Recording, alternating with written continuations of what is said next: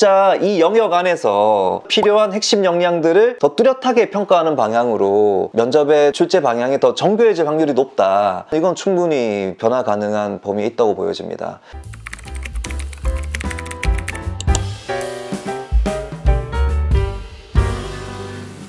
안녕하세요. 입사민 서선생입니다. 오늘은 요즘에 많이들 들으셨을 거예요. 홍대 학제 개편에 대한 이슈가 좀 있죠. 홍대가 현재 지금 11개 모집 단위로 나뉘어져 있잖아요. 이 모집 단위가 새롭게 그룹핑 됩니다. 즉 디자인 학부와 섬유 패션 디자인이 디자인 학부화 될 거고요. 그리고 목조형 가구, 금속, 도예 유리 이 세 개의 모집 단위가 공예 학부로 변경될 거고, 파나, 조소, 동양화, 회화, 미술 학부가 될 겁니다. 일단은 이렇게 11개 모집 단위로 촘촘하게 나눠서 뽑다가 이제는 조금 더 카테고리를 그룹핑을 해서 조금 크게 뽑게 되는 방향으로 바뀌게 됐죠. 이 부분에 대해서 그냥 바뀌었다가 아니라 대학은 분명히 이유가 있으니까 바꾸거든요. 왜 이렇게 바꿨을까? 그 원인에 대해서 한번 생각을 해보시는 게 반드시 필요한 과정이라고 생각이 돼요. 그래서 제가 그 원인에 대해서 조금 한번 짚어보려고 합니다.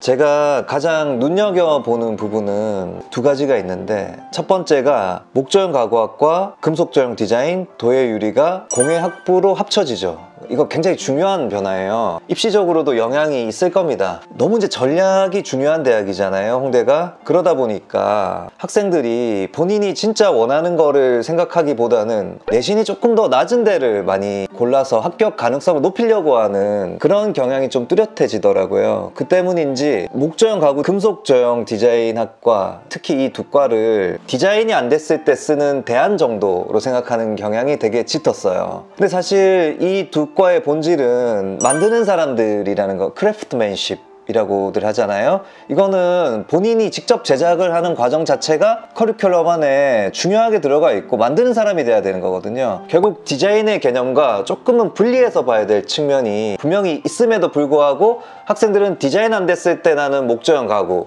금속 이렇게 됐단 말이에요. 이것은 학생 스스로도 들어가서 본인이 원했던 학교의 모습, 배움의 방향과 큰 괴리가 느껴질 수도 있고, 대학의 입장에서도 이건 매우 손해가 되잖아요. 아니, 진짜 할 사람들을 뽑아야 되는데 얘들은 결국 와서 다시 어떻게 하면 또 디자인할 수 있을지 이 고민하고 있으니까 이 과의 정체성이 되게 흐려지잖아요. 다행히도 이제는 디자인 학부가 따로 존재하고 공예의 독립적 정체성이 비로소 드러날 수 있게 되는 중요한 전환의 계기가 될 것 같아요. 이제 여러분들도 1학년 때부터 단계적으로 직접 나는 손으로 이렇게 구부리고 두들기고 이 형상을 조형하고 난 만드는 게 나한테 맞는 것 같아 라는 학생도 물론 있잖아요. 그런 학생들은 나는 공예가 나에게 맞는 길이야 라는 생각을 하게 될 거고, 조금 더 이른 시기에 이 공예 안에서 목조도 있고 금속도 있고 도자도 있네, 만드는 직업 안에서 내가 어떤 게 맞을지에 대한 이 매체에 대한 탐색을 대학 이후에 다양하게 한번 경험해보고 진짜 내가 원하는 걸 찾을 수 있는 좋은 과정이 될 수 있겠구나 라고 받아들일 수 있겠죠. 두 번째는 판화, 동양화, 회화, 조소 이렇게 경계화돼 있었죠. 이 미술이라는 개념이 4가지 경계로 나뉘어져 있었단 말이에요. 근데 사실 이 4가지를 나눈 기준이 기법이잖아요. 장르 혹은 기법. 근데 사실 미술의 더 본질적 가치로 들어가 보면 기법은 하나의 드러나는 현상이고, 본질은 나의 생각, 나의 세계관, 철학, 정념 이런 것들이 시각 언어로 구현되고 터뜨려져 나온 결과물이거든요. 근데 사실은 우리가 미술을 시작하면서 한번 그림을 매체별로 그려보고 넌 동양화가 좀 맞는 것 같아, 넌 좀 3D가 맞는 것 같아, 서양화가 좀 맞는 것 같아, 이런 식으로 기법을 기준으로 자기의 정체성을 우겨넣고 있단 말이에요. 그러다 보니 정작 가장 본질적인 질문, 나는 왜 그리지? 나는 무엇을 그리려 하지? 이 질문보다는 이 기법을 어느 정도 더 완결적으로 완성도 높게 내가 숙련할 수 있을까? 좀 갇혀 있었단 말이에요. 이제는 이럴 필요가 없지. 미술 학부니까 다 묶어서 뽑게 되는 거고, 학생들도 홍대가 학생들에게 좋은 배움의 기회를 제공해주고 있다라고 좀 생각을 해주셨으면 좋겠어요. 너무 기법에 매몰돼가지고 난 동양화니까 동양화 3년은 해야지, 조소니까 조소 이거 진짜 열심히 만들어야지, 이것도 물론 중요한 과정이지만 중요하죠. 전 너무 중요하다고 봐요. 근데 그게 목적은 아니잖아요. 그죠? 아까 말씀드린 것처럼 왜 그리는가, 무엇을 그리려고 하는가, 난 어디에 끌리고 있는가, 나는 어떤 사람인가, 이런 성찰이 필요하고, 그 성찰을 담아 이런 나의 마음을 이런 기법으로 구현하는 것이 나에게 잘 맞는 것 같아 라는 것들을 단계적으로 알아나가야 되는데, 그 과정 없이 그냥 기법을 딱 정해놓고 거기 우겨 넣다 보니까 진짜 자기의 마음을 들여다볼 소중한 기회나 과정을 좀 상실하게 되는 아쉬움이 있었다고 생각하거든요. 이제는 그럴 필요가 없이 홍대가 짜놓은 틀 안에서 학생들이 고민하고 생각하고 성장해 나가고 있는 과정에서 선택받을 수 있게 되니까, 저는 이번에 입시 변화가 매우 바람직하고 긍정적인 변화라고 판단이 됩니다. 원인도 중요하지만 우리는 지금 학문이 아니라 입시를 하고 있잖아요. 내가 이제 붙어야 되잖아. 그러면 어떤 현상이 생길 것인가, 이 부분이 더 크게 와닿으실 거예요. 첫 번째로 가장 강력하게 예상되는 것 하나가 공예에 대한 선택이 빨라질 겁니다. 지금 대부분 제가 가르치는 학생들도 일단 디자인을 목표로 하다가 디자인과 목조나 금속의 중간 지점에서 생기부를 만들어요. 이제 이렇게 하시면 안 되고요.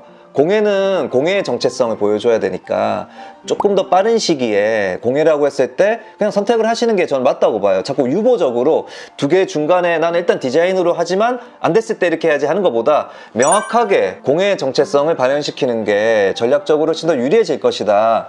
그리고 이 시기가 조금 더 빨라질 거다, 이렇게 보시면 될 것 같고, 두 번째로는 면접의 내용이 바뀔 수 있습니다. 이렇게 되면 이게 되게 중요한 변화예요. 교수님들이 진짜로 학생들을 뽑는 마지막 판단 기준이 면접이고, 면접만큼 변별력이 뛰어난 평가 도구가 없단 말이에요. 실기보다 면접이 더 확실히 좋은 학생을 뽑을 수 있는 확률이 높아진단 말이에요. 그러면 이 특징 안에서도 아마 공예는 진짜 만드는 사람인가, 조형 감각이 있는가, 그게 없으면 학교에서도 가르치기 어렵단 말이에요. 그런 것들을 조금 더 뚜렷하게 볼 수 있는 문제 유형으로 출제될 확률이 매우 높다. 이제 이 부분이고, 이와 맞물려서 공예만 그렇겠나요? 디자인학부도 그렇게 될 거고, 미술학부도 각자 이 영역 안에서 필요한 핵심 역량들을 더 뚜렷하게 평가하는 방향으로 면접의 출제 방향이 더 정교해질 확률이 높다. 이건 충분히 변화 가능한 범위에 있다고 보여집니다. 그리고 마지막으로, 이거는 조금은 다른 결의 문제인데요. 이것도 제가 계속 강조해오고 있는 부분인데, 미술활동 보고서에 대한 변화가 생길 거라고 제가 또 몇 년 전부터 계속 예측했잖아요. 올해 좀 바뀌었죠. 이제 바뀔 거예요. 그것도 제가 예상했던 범위 내에서 일치되고 있고요. 한 단계 더 나아가 미술활동 보고서에 이미지를 첨부하게 될 확률이 있습니다. 언젠지는 모르겠지만 시간의 문제다. 이 부분 여러분들 반드시 유념하셨으면 좋겠어요. 그리고 어차피 미술활동 하실 때 생기부 같은 거 만드실 때 그냥 기계적으로 써 넣는 걸 목적으로 하지 마시고, 그 영역이 이제 뚜렷하게 구분이 되잖아요. 그 영역에 맞는 나의 정체성에 대한 탐색이 좀 필요하고, 그리고 우리 미술하는 사람, 표현하는 사람들이잖아요. 그냥 머리로 공상하는 게 아니라 그 정체성에 대한 깊이 있는 탐색을 이미지로 구현해 놔야 됩니다. 그래야 그거를 미술활동 보고서든 혹은 다른 서류에든 녹여낼 수 있으니까 이 부분도 반드시 좀 유념하셨으면 좋겠어요. 오늘 제가 준비한 컨텐츠는 이제 곧 있을 홍대 학제 개편에 대한 원인 분석, 그리고 그로 인해 발생되는 현상, 이 내용이었습니다. 한번 꼭 참고하시고 입시하시는데 꼭 도움이 되셨으면 좋겠습니다. 감사합니다.